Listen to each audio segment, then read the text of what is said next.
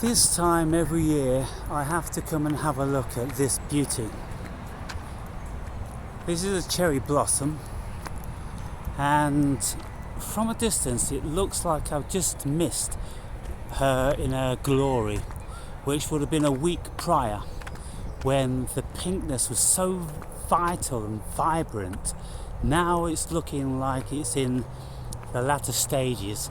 It's a little bit brown, a little bit dull. Let's have a look. Oh no. What I could see from the distance was these leaves. I thought these leaves were a dullness, but I've caught it in a very, very beautiful state. Look at that. Look, people. Isn't this just the most wonderful thing? And in a week's time, when the blossom just starts to fall, hopefully, if I remember, I'll come down and I'll be shaking these branches, and all of these little petals will be falling like confetti. And look at the absolute abundance of it. Really, really abundant. I've never seen this tree taking time out. Every single year it's an absolute profusion of beauty. Really, really remarkable. But this year it seems a little bit odd from what I can remember, because I don't remember seeing these leaves protruding out of it. I just remembered seeing the blossom, and so I look all over and there's so many leaves bursting out as well, and I wonder why I've never remembered that, or whether it's just different this year. I mean, things happen in different times of years. Like I say, you always have an anomaly, and maybe the leaves are growing early this year. Maybe in previous years they've just been buds at this stage, and they won't start leafing until the blossom's fallen, but now they're ahead of their time, and so that is a curious look, with the brown contrasting with the pink. Tiny little roses. You see them?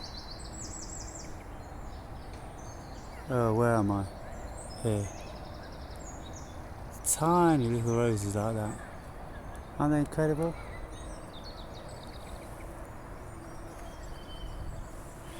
And it's an absolute joy to behold.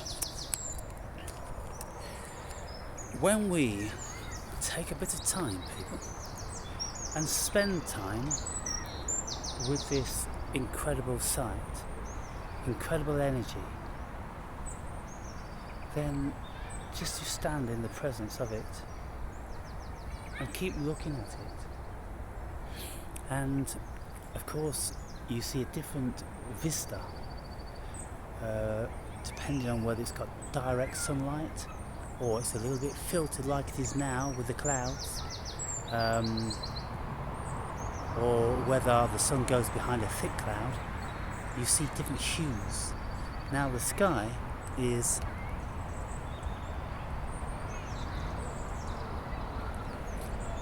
there's no clear patches, so we're not getting the brightness in its full glory. But if I sat on this bench here for 20 minutes,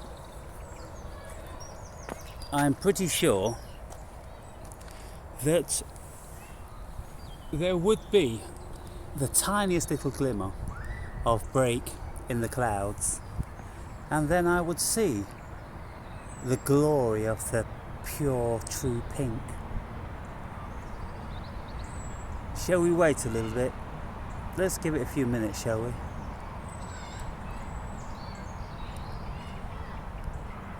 And so, how will we know? Because when we look at the shadow on the floor, we'll see that becoming darker, more profound, more pronounced, and then we'll see it slip away. And so now we see that it's pretty pale. There's not much of a discernment of the shadow, right? But then when the sun shines brighter, the shadow obviously will become darker, more pronounced, and then the pink will become brighter. So as the shadow gets more darker, the flowers get lighter. And when the flowers get darker, then the shadow gets lighter. So it's kind of like they're always operating in reverse. When the shadow is in full glory, when it's dark and it's rich and it's pronounced, which it isn't now, then these too will be brighter because the sun's shining.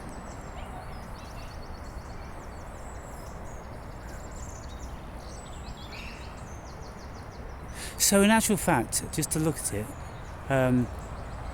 they both enter into their state of glory at the same time, not in reverse, at the same time. So when the sun's out and it's shining all of its glory, and the so-called pinkness of the flowers are reflecting their glory back, then they are fully vibrant, and that's when the shadow then is also fully vibrant. So I want to see that now. And if we look up at the sky, it's not going to be happening. No. But I think what I'll do, I'll come through this way on the way to the gym, or at least on the way back from the gym every day when I go. So as long as I remember to come back this route, then I'm sure I'll catch it when it is in all its glory, people.